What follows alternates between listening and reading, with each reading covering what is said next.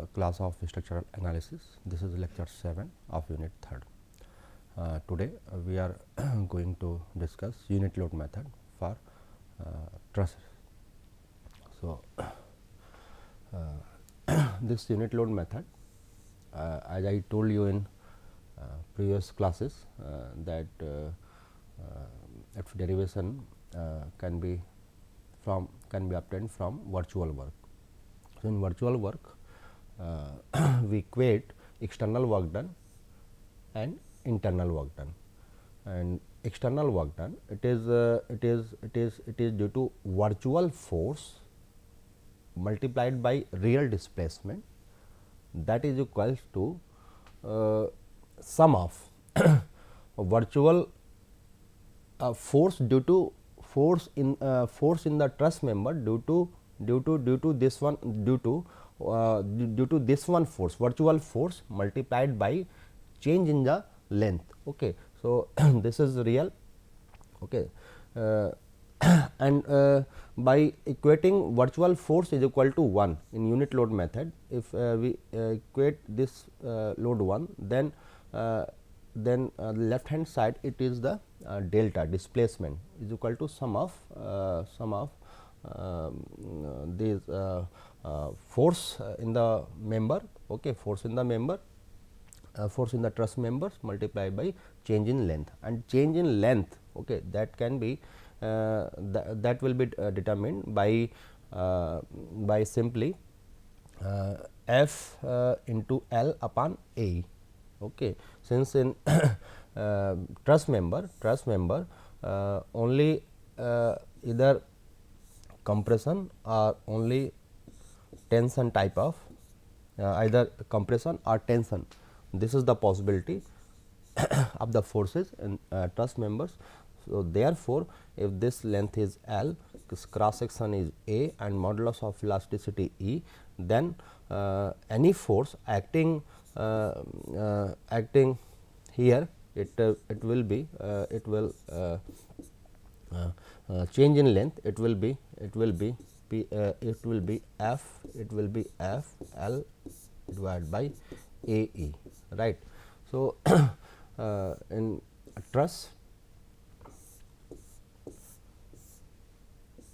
okay. So, if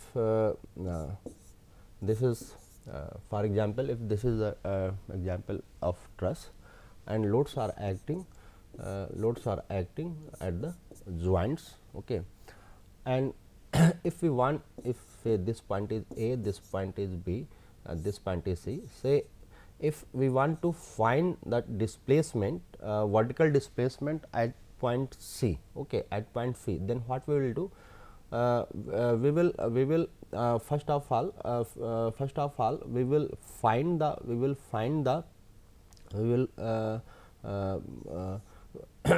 we will apply unit load at here. We will apply unit load force F is equal to 1, okay.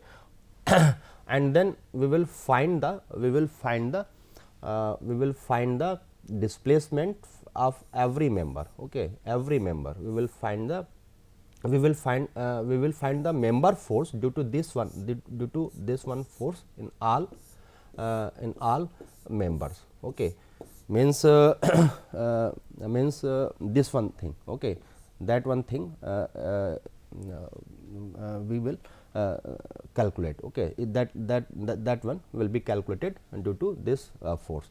And delta L will be calculated by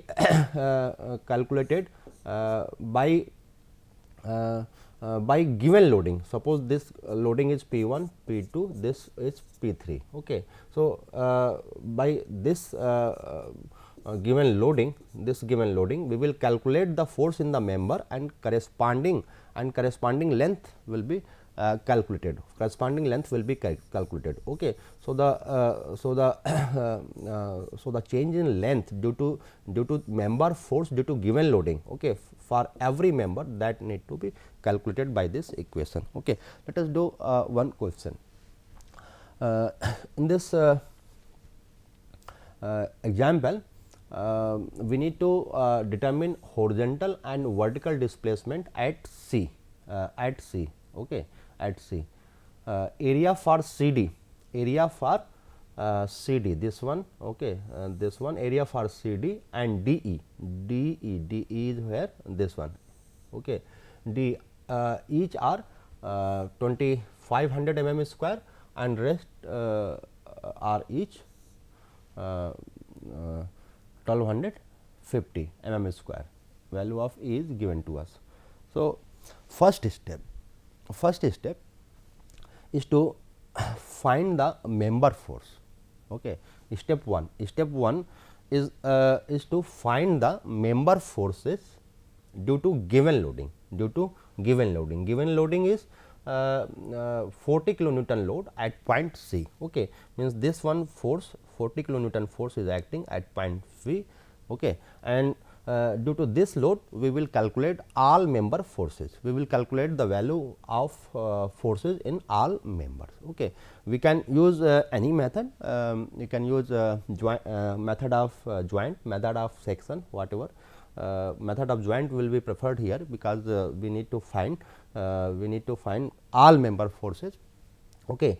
So, step number 1. Step number 2 is what? Step number 2 is remove this 40 kilonewton load, okay, and apply unit load in the direction where displacement is to be determined. So, for vertical displacement, point load means unit load will act in this manner, okay, at the same point, C, because we need to find the vertical displacement at point C. Okay. And then we will calculate all the member forces. Okay. All the member forces. After doing that, we will compile the sheet, compile the table. Okay. Compile the table for this one and for this one. Okay. Okay. That one I told you that this is due to internal, due to F is equal to 1, means this is unit load at F is equal to 1. Okay. This one part, and this one part, it is due to the given loading. Okay. So, we will compile the table. We will compile the table, and then we will calculate this value of displacement, right. So, let us start that's different steps. So, in step 1, okay, say to find the member force in CD and BC. Okay. So, what will be the member force acting in this BC and here. Okay. Say suppose these are the direction of the assumed forces in this member. So, at joint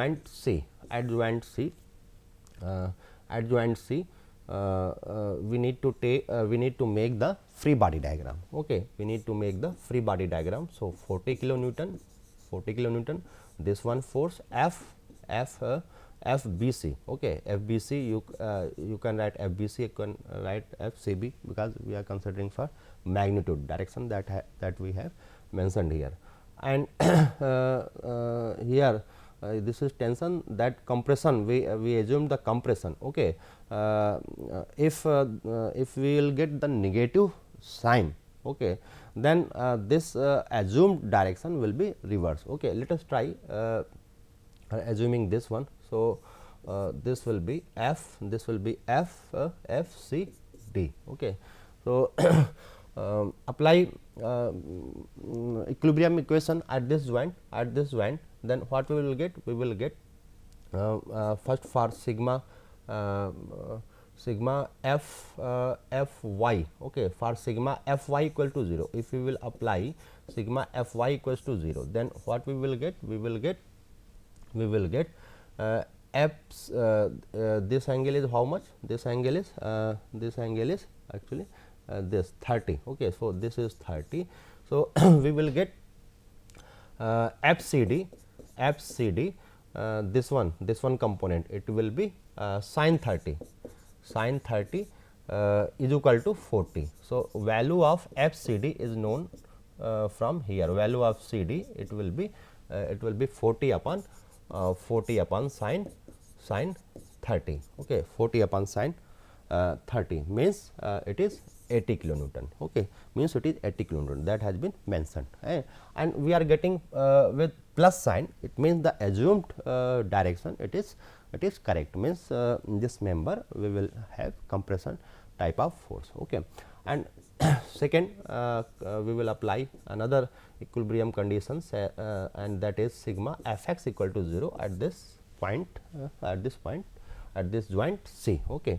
Then what will we get? We will get FCB, okay, FCB, it will be FCB, okay, this one, and FCB, okay, minus, then it will be plus FCD cos 30, FCD cos 30 means value of FCD, value of FCB, okay, this is CB, actually this is CB, value of CB, FCB, it will be FCD, it is known to us, so it is 80, okay, it is 80 into cos 30, cos 30 is 1 by root 3, okay, it is okay, root 3 by 2, okay, it is root 3 by 2.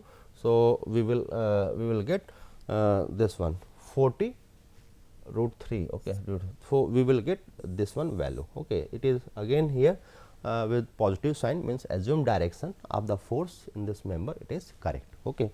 So, we got this one value.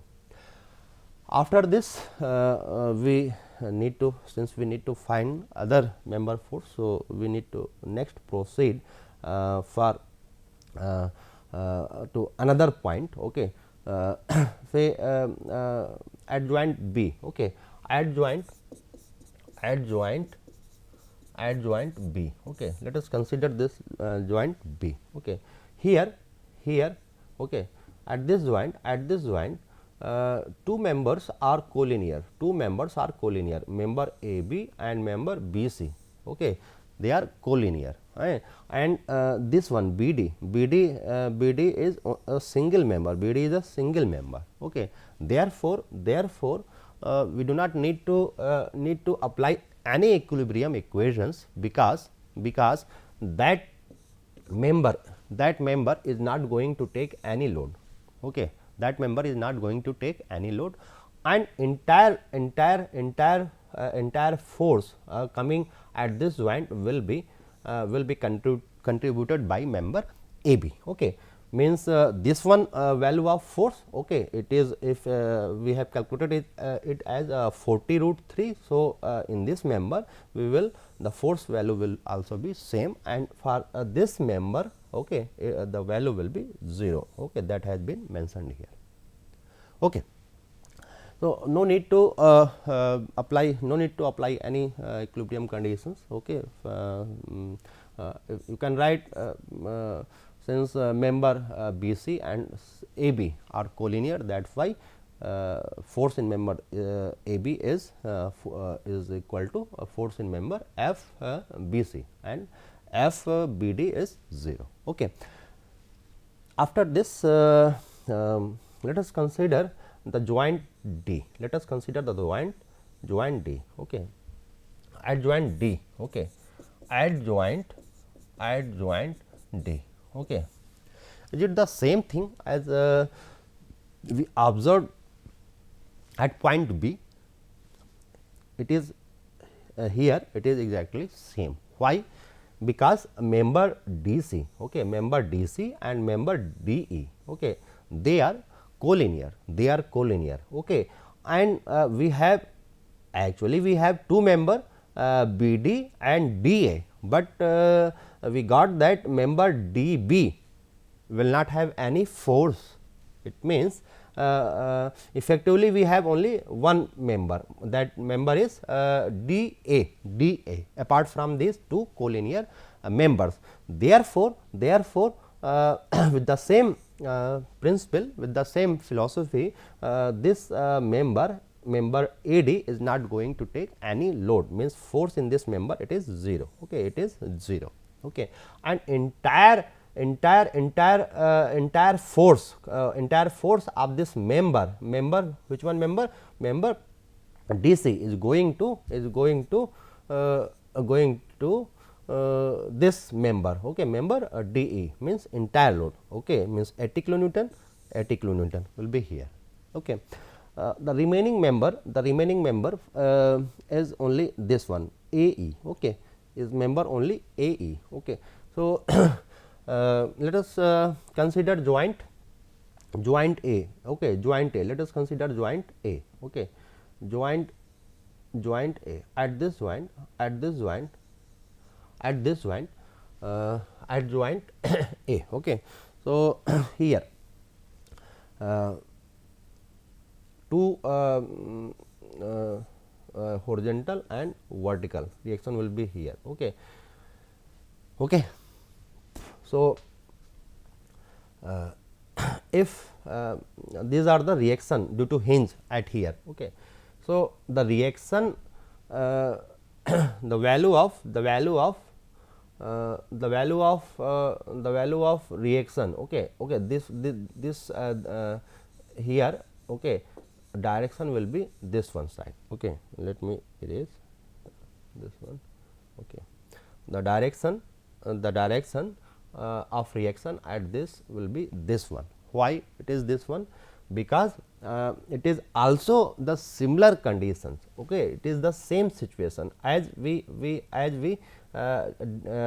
did at point D, at point B, at point D. Okay, here two forces, this one force and this one reaction. Okay, this is horizontal reaction at A. Okay, horizontal reaction at A. Okay, these two forces are collinear with each other, therefore the entire value of the member force in this member, that will be contributed by this reaction. So the value of the reaction, okay, that is same. Okay, that is same, means 40 under root 3. Okay, and this one force, vertical force, okay, that one vertical force will be contributed to entirely to this one. Okay, and the value of the reaction will be how much? Value of the reaction here from this entire structure, we can easily calculate the vertical reaction at point A, and that will be 40 kilonewton. That will be 40 kilonewton, because this is the only single load that acts in this truss. So this value is 40, and if this is 40, then the member force value it is 40. It is 40. Okay. So this is the first procedure. This is the first procedure in which we calculated all the forces are the member forces due to given loading. Okay, this is step number first. And step number 2. Step number 2, what we will do? We will remove this 40 kilonewton load. We will remove this 40 kilonewton load, and we will apply unit load. We will apply the unit load. Okay, we will apply the unit load. So when unit load is acting here, okay, unit load is acting here. Okay, we will have same calculation here. Okay, so every member, every force member, that will be divided by which one? 40. That will be divided by 40, means this one BC member. Okay, the load coming here, it will be tension, and it will be how much? 40 under root 3 divided by 3. Okay, here 40 under root 3 divided by 40. Okay, this one member, they are not going to carry any load, right? This one, okay, this is 80 kilonewton load. That's why the member force in this member, it will be 80 divided by 40, means 2 kilonewton. Okay, same here. Okay, and here it is 40 divided by 41. So step number 2 has also been completed. Okay, now we need to step number 3. We will proceed for step number third, and in step third I told you that we will compile a sheet, okay, and we will apply this one, equation, okay. So let us make a table, so first of all remove this, okay. So remove all. So make a table, table means first of all member, okay, first one column is member, okay. Then next column is force, okay, force due to given loading, okay, Pi due to given loading,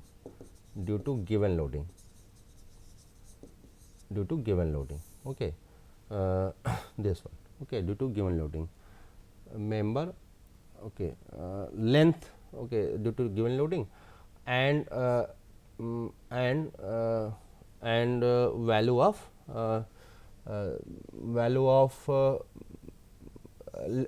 say it is Pi, okay. Say actually here we have written as F, okay, no problem. Pi, small pi, it is due to unit load, unit load, okay.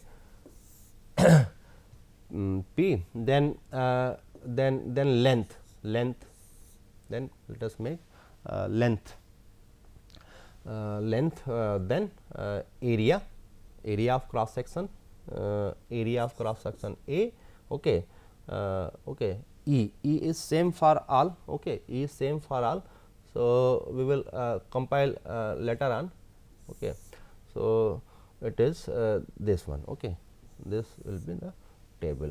Here we will compile Pi, small pi L by A, okay. So we will get this one value. So member, all the member will be reported here. Member, let us start from here, member CB, okay, member CB, then member CD, okay, then member CD, after, okay.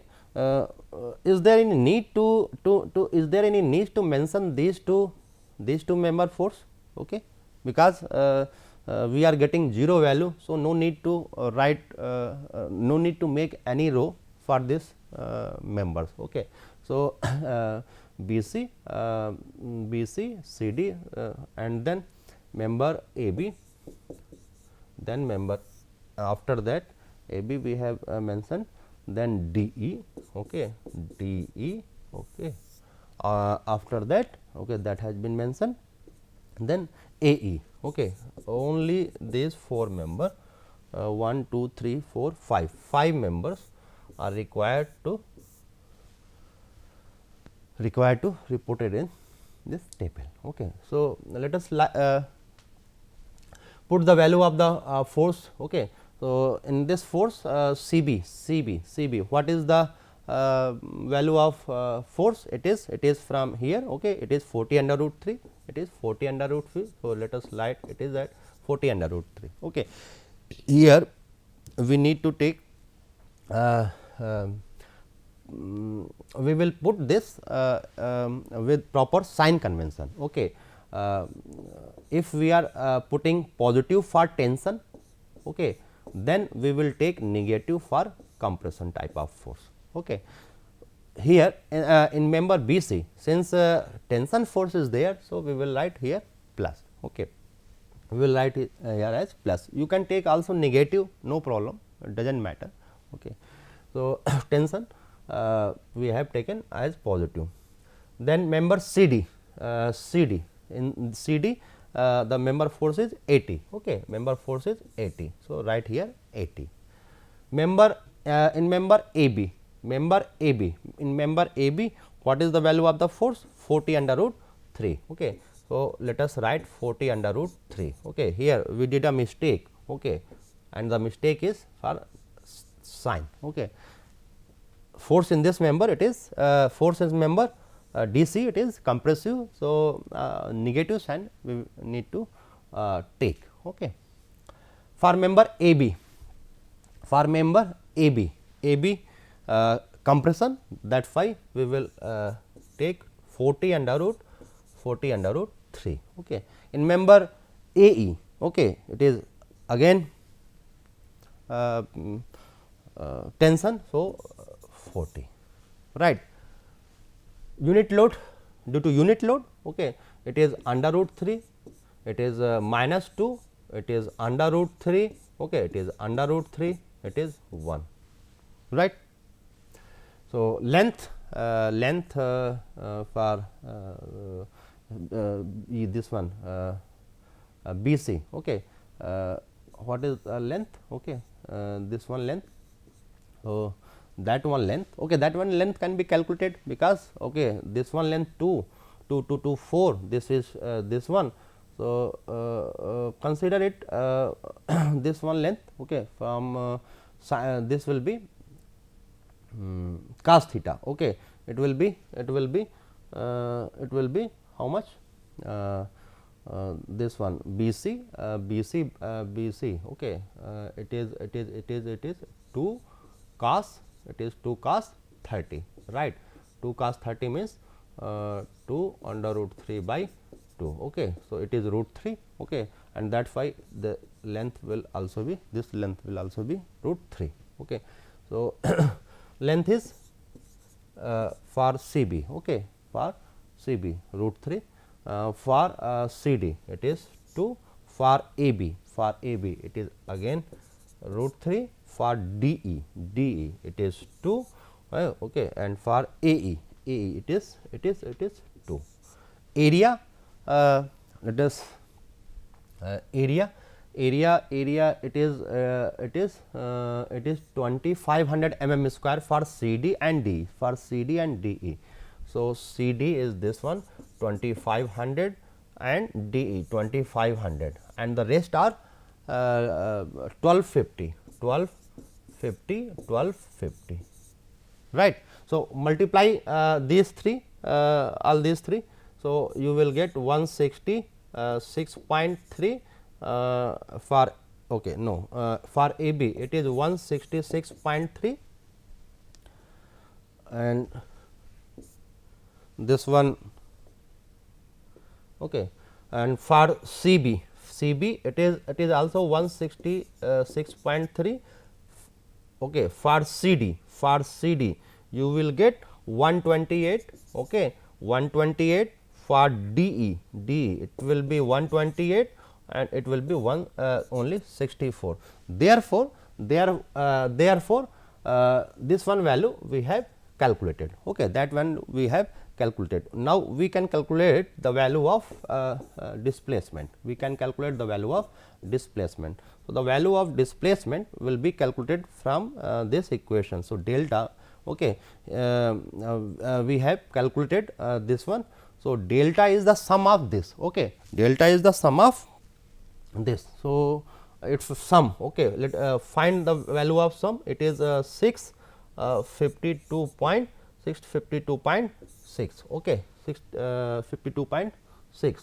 So, delta is 652.6 divided by E, put the value of E, in proper unit, then you will get it as 3.263 mm, right. So, this is the value of delta vertical, okay. If you need to find the horizontal displacement, then what we will do, this step will be same, step 1 will be same, step 2 will be different, okay. In spite of this vertical displace unit load, we will put